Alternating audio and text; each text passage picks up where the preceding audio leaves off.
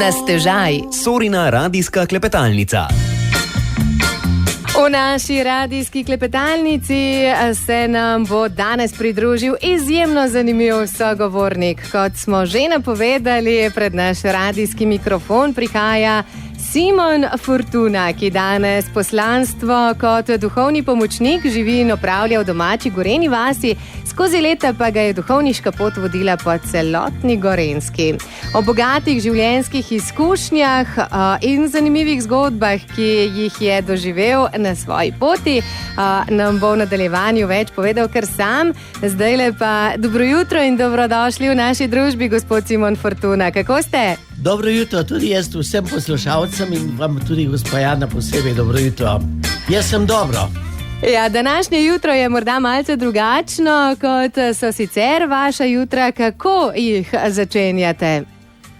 Ni dosti drugače. Tako, ko so leta, so me jih bolj na počas že treba zjutraj, da se sestavim. Danes sem se mogoče za ponedeljek malo prej. Ponovadi v ponedeljek, ko je nedelja za nami, ko je več dela, si nekoliko privošči malo več počitka.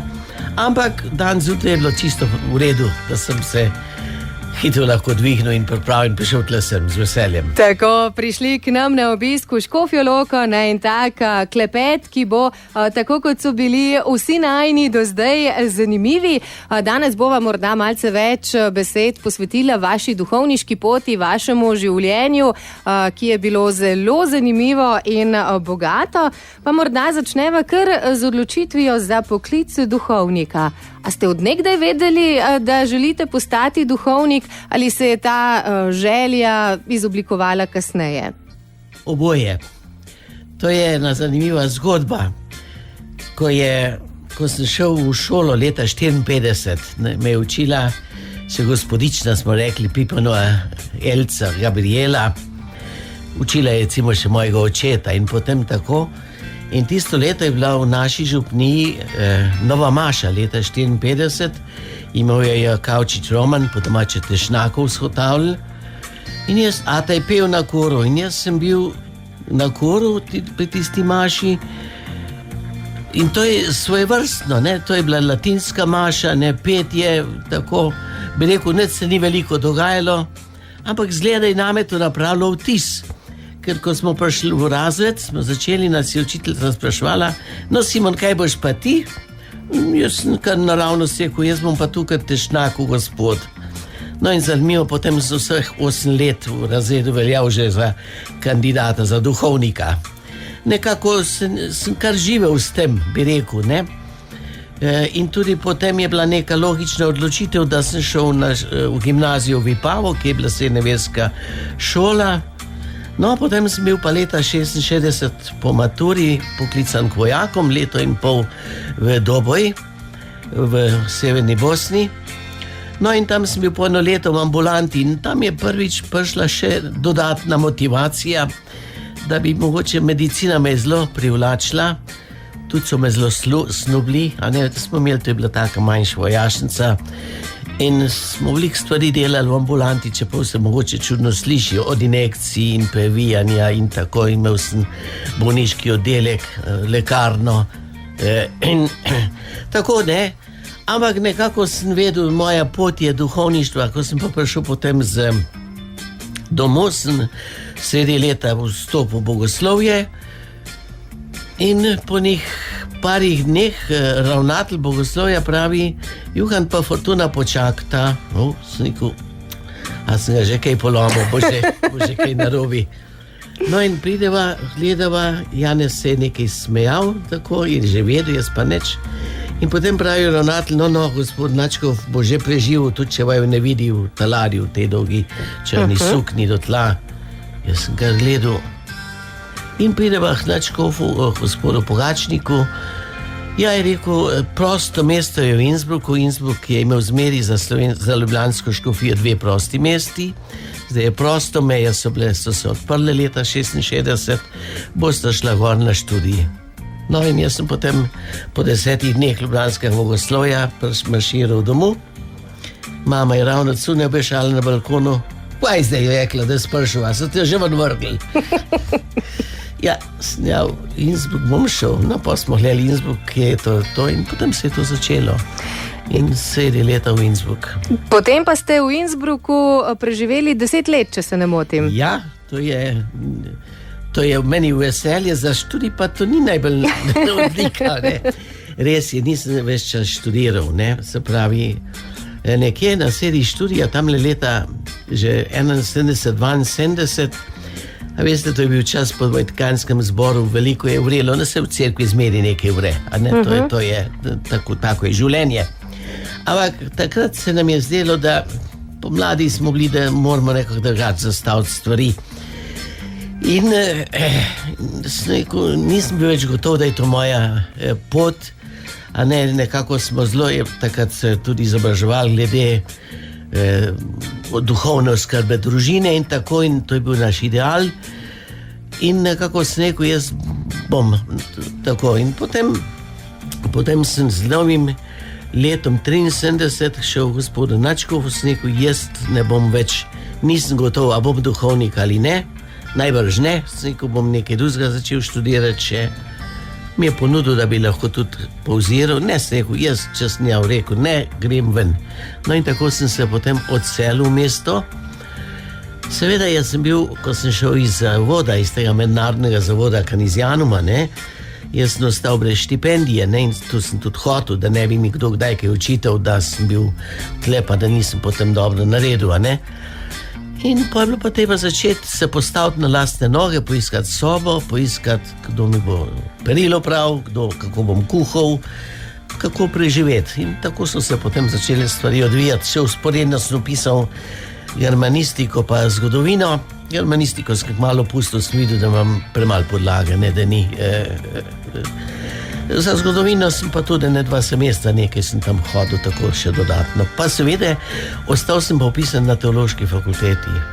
No, vmes pa niste samo študirali, ampak ste se lotili tudi čisto praktičnega dela, ne?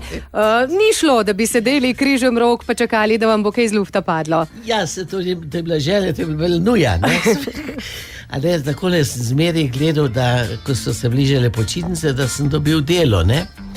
Recimo prvo delo, ki sem ga dobil, je bilo v Nemčiji, seveda, to je bila ena velika vas Hasloh v Pfalcu. Smo delali pločevinaste sode, ne, na tekočem traku, tako da sem bil kar mesec pa pol za trakom, tako da bi rekel, mehke izkušnje imam, kako te tekoči trak priganja. No, potem smo pa iskali dalje, potem je pa sošolc, Korošc, Avstric priporočil, pravi, jaz poznam v Ludwigshafenu, Mannheimu, BASF, Slovenci rečemo BASF, ne. In ko tam se fajn zasluži, pa je imel tako in sem dobil, me je priporočil in sem dobil delo v tem koncernu, ki je takrat štel 54,000 zaposlenih, ne. In seveda sem prišel na izmeno, ne, se pravi, to se je delalo 12 ur, torej danes dan, jutri noč, tako da vem, kaj je nočni šiht, a ne, kdaj je najtežjega preživeti. In to sem delal od 6 do 10 tednov in tako sem si prislužil denar, recimo za študij, za naslednje študijsko leto in potem pa spet, ne, pa imaš še med zimskim semestrom kdaj na delo, tako, ne. Res zaslužil se je pa dober, ne. No, o tem, kako se je še služilo in kakšna znanja ste vmes še pridobili, pa po glasbi, ki si jo zdajle privoščiva eno tako domačo, bomo slišali Cvetje v jeseni, nas bo popeljalo v Poljansko dolino s Tomažem Plahutnikom.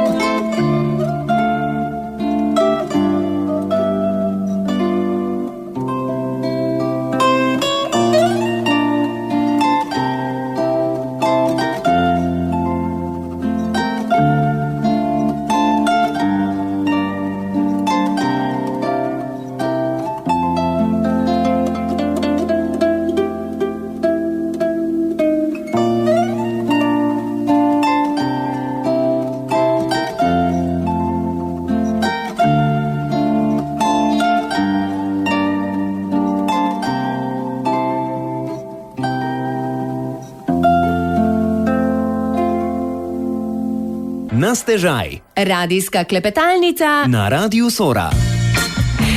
Simonom Fortuno, duhovnikom, ki trenutno živi in svoje poslanstvo opravlja v domači Gorenji vasi, klepetamo danes. Ja, kar nekaj zanimivega smo že izvedeli o njem in njegovem življenju.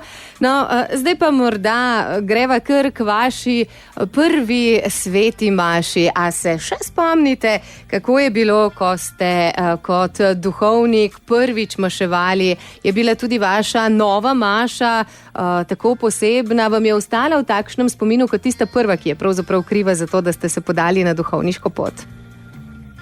Ja, prvo sem nekako, kot sem rekel, tako je bila nova maša, to človek pozabi, ne, ampak en lep vtis ostane. Seveda, moja nova maša mi je pa ostala zelo v spominu. Če bi dal na tehtnico, gotovo je veliko močnejši dogodek, trenutek posvečenja, ne?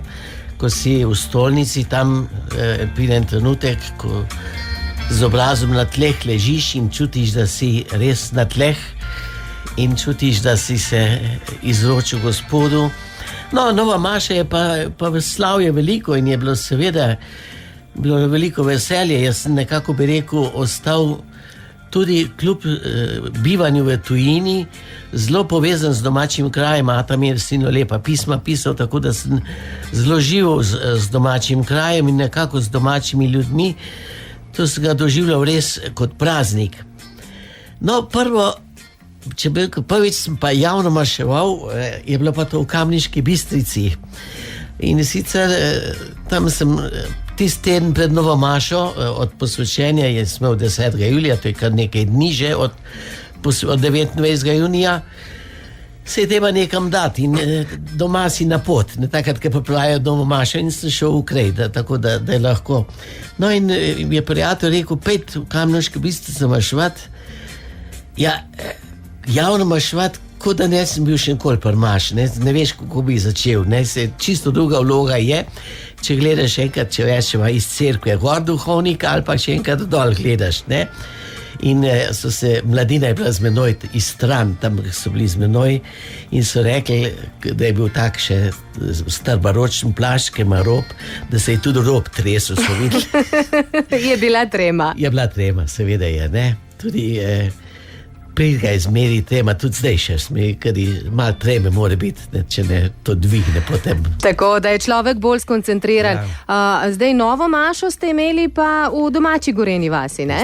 Ja, doma v Gorenji vasi je bilo, ogromno ljudi je bilo, se spomnim, družina je napisala zanimivo, pa meni mora zmeri neki mal mim biti, ne, neki narobi, ne? In tudi so takrat napisali, da je nova maša 9. julija ob 10. uri, to je bila sobota, ampak bila je pa v nedeljo 10. ampak ob 9. uri. No, ampak to se zastopne. Vse je malo zamešalo, ampak nič drastičnega, ne? To kar paše k meni. Tako, zaradi tega se niste premislili pa rekli. Ne, to je bilo seveda. Tudi, no, upam, da nisem bil v zboru, so me vprašali, kakšne pesmi si želim, pa upam, da nisem bil presinjen, samo 2-3 sem rekel, ne, pa tako sem videl. In zanimivo, potem sem en dan gledal zdajle videokaseto, ko sem imel Srebrno mašo pa pri Svetem duhu čez 25 let, pa sem videl, da je Svetoduški zbor iste pesmi pel, moje želje, ne vem, a sem mogel to kdaj reči, ali pa tako, v glavnem na repertoar so bile iste 3 pesmi, kot so bile tudi po srcu, bi rekel, na novi maši. In so pasale tudi po 25 letih. Paše, še danes pašejo.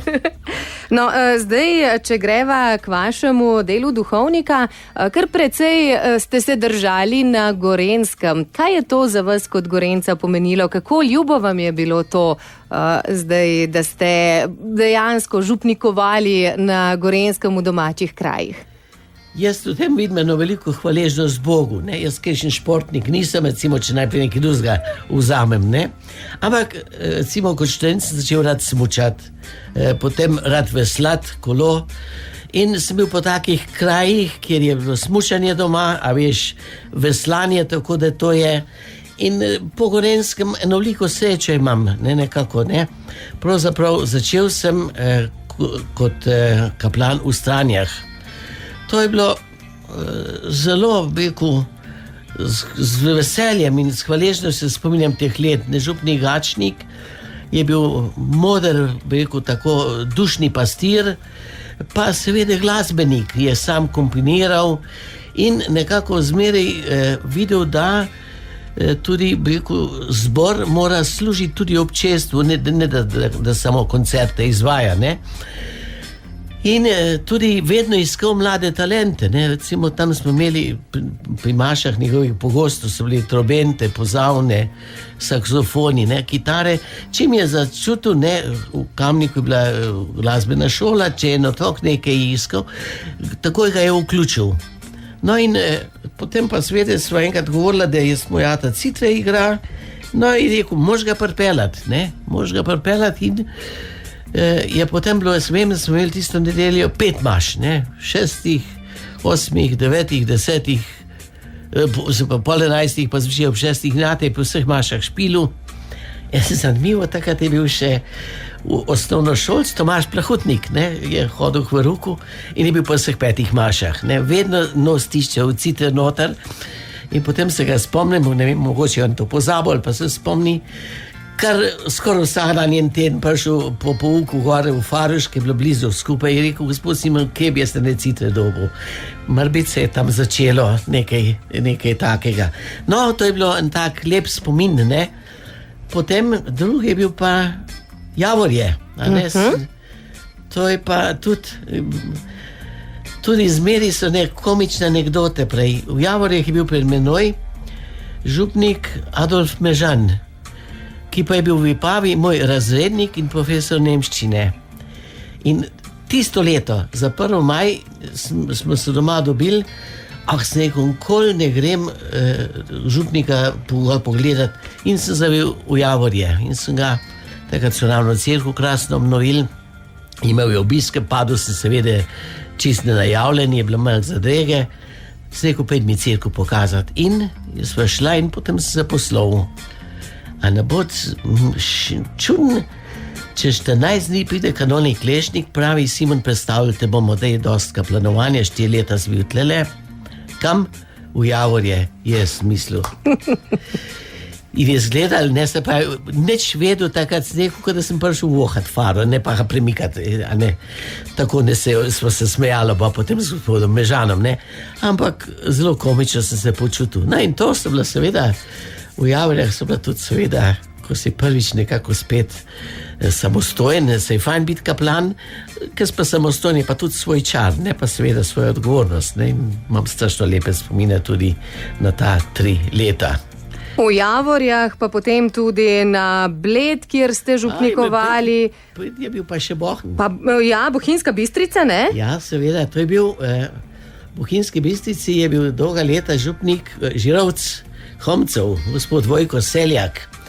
In takrat sicer ni čisto običajno, da župnika menjata fare, ampak v tem primeru so naredili, je kar nekako si želel tudi proti domu, proti koncu življenja in je v Javorje in sva menala. Jaz sem šel v Bohinjsko Bistrico, on pa je prišel pa v Javorje in je bil zelo potem, ker sva se pogovarjali in videla večkrat zadovoljen tam, da je se tako odločil in je bil rad v Javorjah.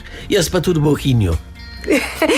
In kaj je tisto, po čemer si boste morda najbolj zapomnili Bohinj? Morda prav po raziskovanju hribov in bohinjskih znamenitosti, čeprav kot pravite sami niste najbolj športnik?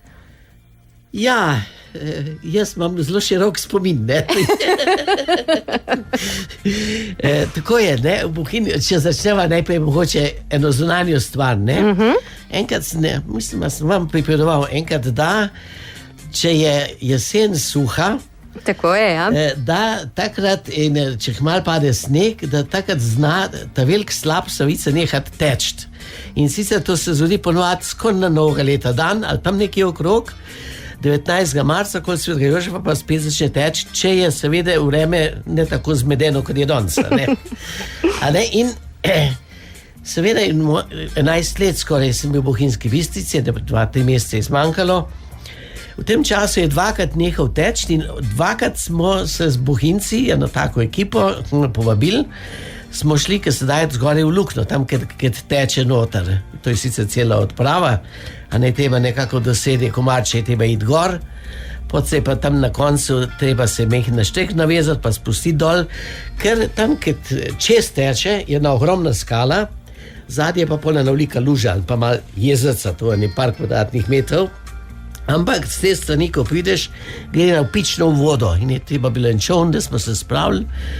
In pa je kar predvsejnih 10 metrov, zdaj ne vem koliko, jaz sem to pozabil.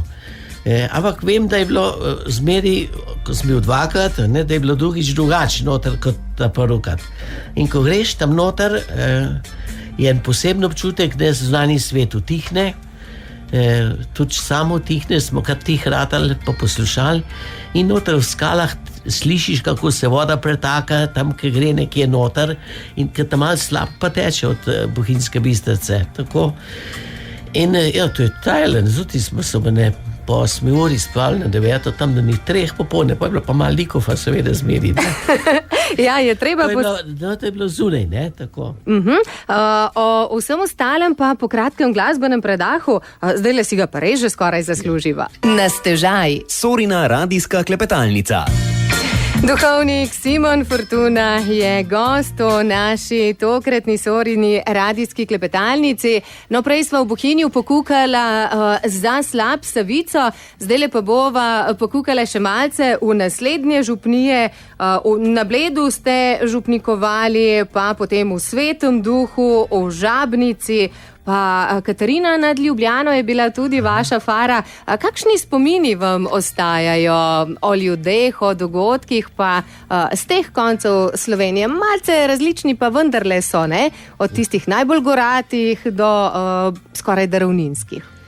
Ja, če dovolite, bi sam en mičken še v Bohinj skočil nazaj, ker to je moj najdaljši staž tam bil, ne, da sem sam zunaj. V Bohinju je mogoče kar nekaj stvari bilo, prej nisem čisto teh stvari povedal še. Ena pomembna stvar je bila, recimo, da sem se v Bohinju po 2 letih župovanja spoznal z takrat stalnim diakonom Špeličem, ki je potem bil poročen, se pravi bil v vojni v partizanih in potem je velik vero izgubil, se je spreobrnil, napisal lepo knjigo, vrnil se bom k očetu nazaj. In leta 1993 je bil potem v Bohinjski Bistrici posvečen duhovnika, sva veliko prijateljevali. Mimo grede, on je tudi recimo videc Skureščka, da se je ta božja pot obnovila, ne, se pravi po Marinem posegu, ne, to je bilo, če tako na hitro. Ja, z Bohinjci jaz imam strašno lepe spomine na Bohinj, rad sem bil gor, seveda, ne samo po smučanju. Imel sem nekako srečo, jaz pravim, Bog mi je dal milost, da smo se zelo ujeli z ljudmi, a ne, tako da sem kar Bohinju še kar doma, ne, se pravi, tako pravi, da en kos srca Simon ubije še kar za Bohinj, tako. Se radi vračate tja? Nimam časa, pravzaprav jaz sem pa tak človek, da, ki je enkrat stvar zaključena, ne teši več nazaj. Aha, dobro. Potem pa greva zdaj kar naprej. Na Bled, ja. Na Bled pa na naše loške konce. Na Bledu imam pa, je pa bi rekel, ta blejsko župnikovanje je bilo pa sicer, je pa bolj kratka epizoda, ne. Tam je bilo zelo nerodno, ker je župnik, s katerim smo zelo prijatelja, dr. Jošt Matelanc, umrl. In sem prišel, se pravi, pred smrtjo nekatere stvari niso bile čisto urejene, ker je bila bolezen in tako. In je bilo potem seveda, če nimaš nekoga, nekoliko težko urejati, ne. Takrat je seveda, te stvari so bile z otokom, so bile velike sem pa tja, tako. Ampak tudi na Bled imam lepe spomine, čeprav je mehn več kot 2 leti sem bil tam. Čeprav tam je bilo toliko dela, da edini razvedilo, ki sem si ga privoščil, je pa bilo, da sem veslal. Aha. A ne, in ker so bile kakšne poroke na otoku, jaz sem vedno sam veslal, sem dobil, je imela fara en svoj čovn in jaz sem v glavnem, če se je bilo letko časa, sem sam veslal in tam je potem tista hišica za cerkvijo, ki se imenuje Puščava, tam sem imel neke rezerve za preobleč, ker prideš potentja, ne. Tako, da ob nedeljah pa takole sem pa tudi vzel čovn po južni In na svet jezera sem potem vesla noter, pa se vlekel, pa zaspal v čovnu. In pletnari so to veliko so včasih rekli, kaj bo iz tisti čovn? So rekli, kar mi je, to je na župnik tam spi. Ja, človek potrebuje počitek, pa malce odklopa od vseh. To je bilo taka stvar. Ja, so mi pa pletnari tudi omogočili, in sem tudi kar hvaležen, včasih je bila stiska. Tam so imeli 2 električna čovna, ne? En je bil, sem mu dal ime Damfer, to je bil ta bel, pa ta rjavi pa Želva, in Želva sem pa kaj dižihar pelil, sicer to na glas ne smem povedati, ker izpita za to pa nimam, ne? Ampak takrat sem pelil, pa hvala Bogu nisem reč naredilo. No, točno to. Hvala Bogu, če smo že na Bledu, mimo grede, a stopnice pa zvon Želja na Bledu res delujejo? To delujejo, zvon Želja, sicer to je bilo, pred menoj je bil en nekaj, da so bi rekel, vrv potegnili ven in potem še po noči zvonilo in potem se me tisti najožji sodelavci rekli, gospod Simon, ali lahko damo štrek nazaj noter, in to je bil moj prvi ukrep na Bledu, da je šel štrek nazaj v cerkev. Ja, štenge pa delujejo. No, ko je bil leta 90 en znani karizmatični duhovnik Emiliano Tardif, ne, v Sloveniji, da je bil en velik dogodek, in smo ga pelali tudi na otok, ne, in mu povedali, da po 9 stopnicah gor ženi nese nevesto. To mu pa ni šlo v račun. Tako že 4krat se je vstal, pa vprašal, pa je to res. Je rekel, kako pa, če je ženin belsuh, pa nevesta malo močnejša. Ja, smo rekli, neč to mora narediti, in v glavnem naredijo. No. Tako, kjer je volja, se najde tudi pot. No, mene so pa tudi pletnari potem povedali, sem rekel, ko sem imel priprave na poroke, ja, sem rekel, leta, če boš na otoku, nevesta boš nesel gor. Ja, kako? Pa sem pa rekel, nevesti, ti se ga moš fajn peret, a ne okoli vratu, sem rekel, ti pa ni treba hitet, ne, sem rekel, pa ko boš ne par šteng najdel, ko zmatan, pa da eno nogo viši, tako da boš na stopnici, pa nevesto gor, pa malo počita, pa pejte naprej. Pol. Tako kot je treba v življenju včasih malo podahniti. Zunanje priprave na poroko. Odlično, z lahkoto bi še klepetala o blejskih dogodkih, ampak bova prišla na naš loški konec, ker nama tele minute neusmiljeno bežijo. Tukaj le v Žabnici, pa v Svetem Duhu ste tudi kar nekaj let župnikovali. Kakšne spomine pa imate z tega konca? Ja, na Sveti Duh. Jaz imam na vse župnije lep spomin. Nekako sej, včas pride, kaj jaz se drugače tako bolj segmini kolerih se hitro razburm, ne? Včas so rekli, da sicer za oltarjem sem kar krotek, ne? Ampak da zunaj pa ni zmeri, da sem pa bolj podobno čas tudi večjemu levu, ampak vedo pa, da ne vihta mimo hiter popeh maha, ne? Tako da imam lepe spomine tudi, tako upam, da ljudje, če si ne kdaj kaj še preveč užalil, kaj upam, da mi je odpustičnega, pa to prosim. A ne, tako da imam lepe spomine na to. Tudi na Katarino, odkudar ste potem šli nazaj v domačo Gorenjo vas, tam je bil plan, da ostanete samo kakšno leto, 2, ne? Pa ste se kar zadržali. Ja, na Katarino se neki v ordinaratu pri premikanjih se neki menda ne išlo. In je gospod Načkov rekel, Simon, se spomni, da si obljubil, da boš v Bogu, sliko sem, pa tudi smeri sem v Bogu, no, potem smo lahko zmenila. No, in pa so rekli na Katarino, hvala, da si šel gor. Če ti ne bo pasalo, po kakšnem letu samo reci, pa te bomo dali naprej. Ne? Sem zamislil, aj to tako, da bi papo če nataknil, ne se veseliti, ne, veš. No, ampak so rekli, več kot 3 leta pa ne boš gor. No, ampak je iz tega ratalo 8 let, ne. Ja, strašno lepe spomine imam gor, tudi nekako spet smo se razumeli z ljudmi, tudi gospodarsko smo kar nekaj uredili, recimo v mojem času smo komplet prenovili to lepo cerkvico Svetega Jakoba, tudi pri Katarini nekaj takega. In ko so me pa včasih so bratje vprašali, seveda, zdaj Katarina ni prav velika fara, ne? Ja, kaj delaš gor, ne? In pa sem rekel, ja, v Bogu sem, pa sem videl, da to ni ta pravi odgovor. Pa sem se pa zmislil, bolj šokantnega, sem rekel, veš, koga smrt čakam, tako kot ti. Pa mesto se me pa nehal spraševati.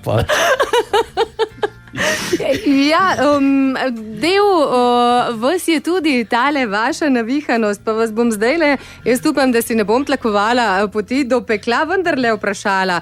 Zdaj ena od ljudskih modrosti pravi, ne, da Bog grehe odpušča, neumnosti pa ne, a vi kaj veste, a to drži? Ja, v teh ljudskih rekih je veliko modrosti in je treba kar premisliti, ne. Bog grehe odpušča, ne. Res pa je, če vzameva neumnosti, že za pospovedi je treba pokoro narediti, pa je treba, mogoče včasih mi to premalo resno naredimo, ne. Za neumnosti pa itak same nam naložijo pokoro in je treba kar narediti to pokoro. Se pa spomnim duhovnika Ivančiča, profesorja, ki je večkrat tudi duhovnikom govoril in tako, je rekel pravzaprav takole: človek, če prosi Boga za odpuščanje v kesanju ali pa pri spovedi, še boljše, Bog to odpusti. In pravi že psalm, kako je vzhod daleč od zahoda, odrinja naše grehe in se jih več ne spominja, mi se jih pa. Pravi, in Bog ima veliko opravka s tem, da bi nam dopovedal, da nam je odpustil. In zato je tole kar drži, a ne, se pravi, neumnosti so tudi to, treba se zdravo greha tudi spominjati zaradi ponižnosti, ampak ne pa zato, da se bo žrl zaradi tega, ne, ker Bog ima rad veselega človeka, on je hoče, da nam je dobro, da nam je lepo, tako da bi kar držal ta pregovor. Odlično, o veselju in radostih, ki jih prinašajo tudi prazniki, pa bova kakšno rekla še v nadaljevanju, zato ostanite v naši družbi. Na stežaj. Sorina radijska klepetalnica.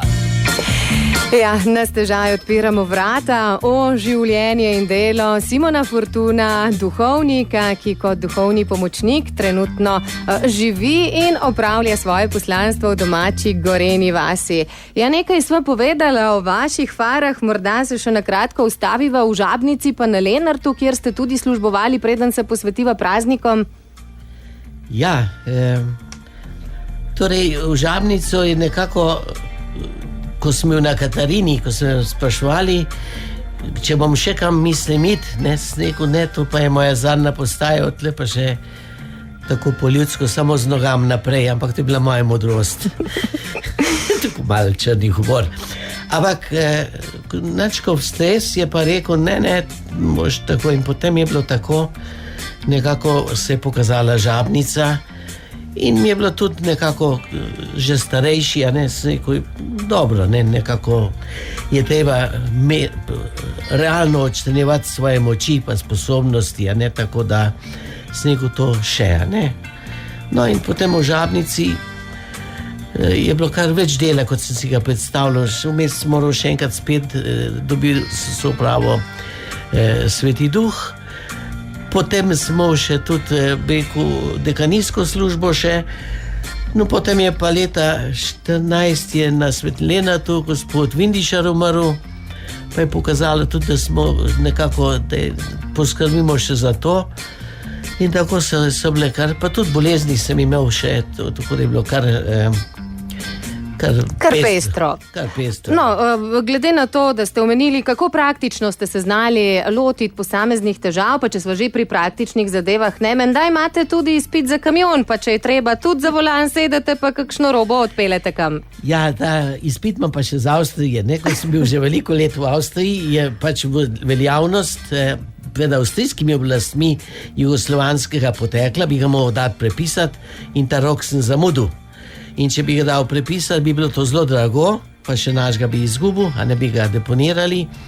In tako sem takrat se rekel, kačem B, pa sem C kategorijo naredil, pa mi je tudi prav prišlo še za počitniško delo in sem potem kar nekaj mesecev kamion vozil in tudi doma se mi to s pridom uporabljal, tudi na župnijah, bi rekel, že v Javorjah, vem, smo enkrat cesto popravljali, sem kamion vozil. Kar šokirali svoje farane. Tudi, ja, enkrat v Javorjah, vem, smo se enkrat srečala, ko je šel pokojni Marko Demšar, Žgajnarju, peljati avtobus, ne, pa sem si čas jaz uskočil, da sem del šel naprej in smo potem tam na Polenškem Brdu smo se srečala, malo šova smo naredila, ne, in je potem ena faranga vprašala, je Marko, a ni bil tam naš župnik Simon Noto Tornak, je Marija, no seveda je bil, ne, in je nekaj pola vdela, no več maše, veš.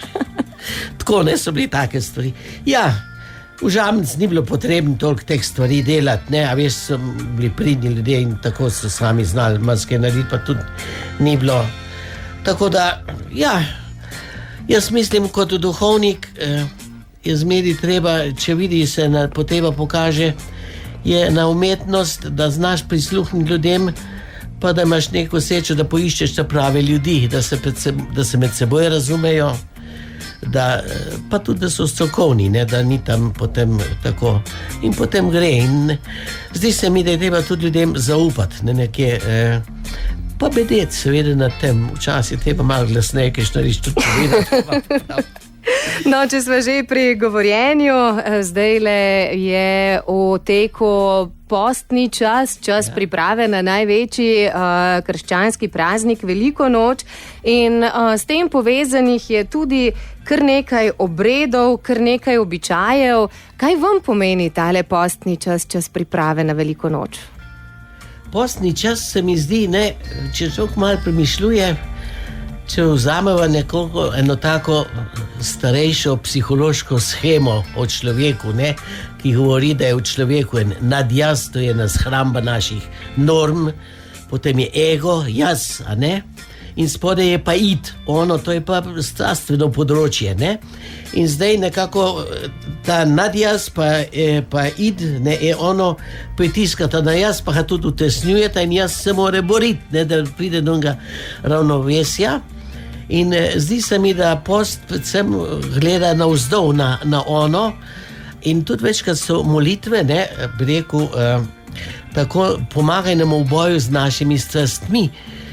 In seveda so različne teorije, nekatere vzgojne teorije pravijo, da je treba strasti izživeti, ne, ampak se izkaže po zgodovini, da to ni najbolj, da to prinaša ponovadi slabe stvari, da je božje, da se vzameš skrb, pa da jih zatiraš, ne. Sej post, gledajte, tudi zdravniki nam naložijo post, ne, so različne oblike posta, pa tudi država nam naloži kakšen post, ampak to ni, ta naš post je pa, ima pa nekako en drug pomen, ne, se pravi, bi rekel tako, da človeka pripravi nekako, da ga odpre za nadnaravno. Mi smo zelo usmerjeni v ta svet, tako je pač naše življenje in odpreti se za nadnaravno je potem nek napor, pa tudi je treba neko hrepenenje mora biti in post temu služi, ne. Zato recimo, ne, že v prvih stoletjih, ne, tudi ko se je razvijalo meništvo, ne, in tako so potem tudi tam prihaja veliko modrosti in so cerkveni očetje tudi zmeri videli nekako 3 stvari in so rekli takole pravilo: če imaš en težavo, pa kar molitev prosiš v molitvi za eno stvar, pravi, potem to post doseže, se pravi, je post podpora molitvi in te odpre za rast v molitvi, ampak to dvoje ni zadosti, ne. Pravi, potem, če imaš te dve, usmiljenje pa to doseže. Se pravi, molitev in post mora spremeniti moje srce, se pravi, napraviti ga usmiljenega, bolj čutečega, odprtega za sočloveka, za njegove stiske, za potrebe, pa tudi za svojega, ne, se tudi do sebe ne smemo biti, bi rekel, nasilni, hkrati pa tudi zahtevni, ne. Tako to se mi zdi, da je nekako zelo in se pravi, torej, kar molitev prosi, post doseže, usmiljenje prejme, ne. In to je nekako taka formula, ki se mi zdi, da je zelo dobro in pač, da tudi skupaj z ljudmi te stvari premišljujemo, pomagamo in prisluhnemo tudi starim zaveznim prerokom, ki so naročali post, hkrati pa pravi, pretrgajte svoje srce, ne samo obleke ali pa take stvari. In veliko bi še lahko povedala o postu, o veliki noči, pa bova pustila tole tematiko odprto za kdaj drugič, ker naju ura preganja. Zato za danes, gospod Simon Fortuna, hvala lepa za tale klepet, za zanimive zgodbe, ki ste jih delili z nami. Vse dobro vam želim, pa kmalu nasvidenje pred našim mikrofonom, velja? Ja, mogoče, ne bo videla. Hvala tudi vam, vsem poslušalcem pa želim vse dobro, hvala za potrpljenje v teh širokih zgodbah, pa lep čas želim, ne, se pravi, pa tudi, kad rečemo, verni blagosloven čas in seveda veselo, lepo blagosloveno veliko noč. Hvala lepa in srečno.